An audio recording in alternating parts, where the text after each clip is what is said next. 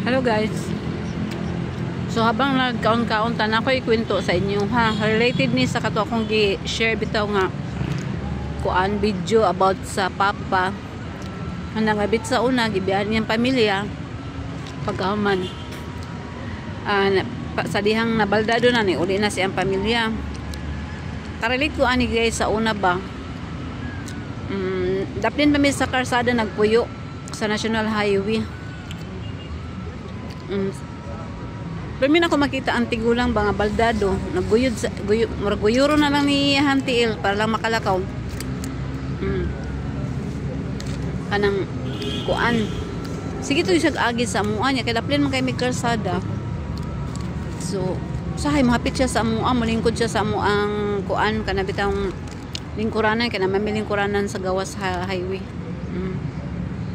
Pahuway siya dito. Maluoy man ko, tagaan ako sa upan, then tagaan ako kape.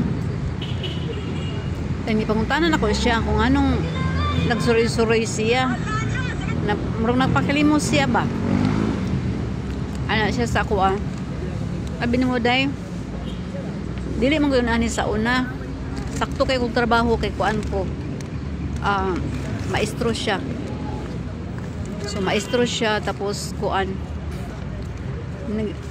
Niundan siya pagka maestro og nag-abroad. Pag-abot niya sa abroad, muna nakalimtan niya iyang pamilya. Ang iyang kwarta gigasto niya sa babae, hala babae diri, babae dito. Siya po yung nag-istorya sa amuang anak. Hindi akong gisultian. Siya nga hanggang isang araw na atake siya sa high blood. So kay gihatake man siya, kanang wala na bitaw siya murag bitaw heart attack pero murag naulian siya bagit injectionan siya tranquilizer. So, pag mata niya ato pag human ato kay na disable na din siya. Di na niya makuan iyang tiil, di na niya mahakbang iyang isa ka tiil ba. Muna nga dili naman siya mapuslan sa abroad ito nga gikuan siya gipauli siya diri sa Pilipinas. Karon kay pag-uli niya sa Pilipinas kayo di naman siya dawaton siyang pamilya kay lagi puro siya babae sa abroad, babae dinhi, babae didto. Di siya gidawat niya kay kuan ba siya kanang baldado na siya. So kay di man siya gidawat sa iyang pamilya dito siya siyang igsuon. So naa siya payag-payag dito ug ani ako pa to siyang naduaw sa iyang payag-payag. Nya aron makabuhi siya, magpakilimo siya sa dalan. Maestro to siya ha. Pagkahuman, sige to siya sa amua, sige to siya anak sa amua, kada-kadlawon, mua gito day, tagay kog kape, tagaan ko nako hantod akong bana nagsilos. Kay ako daw kabit ang tigulang. So kay maluoy man jud ko kay ato niya, moto nga ang iyang anak na naa sa abroad, nung siya na isa anak na sa abroad, itawagan nako. Yung ko tanaw yung papa kay kuan. Kanang luoy kay sa nga tanan ba nirang ipasagdaan wa yoy ni reply din ingon ni tatay nga iyang asawa do nagminyo naglain nagminyo Amerikano iyang mga anak kay dili na siya timbayahon.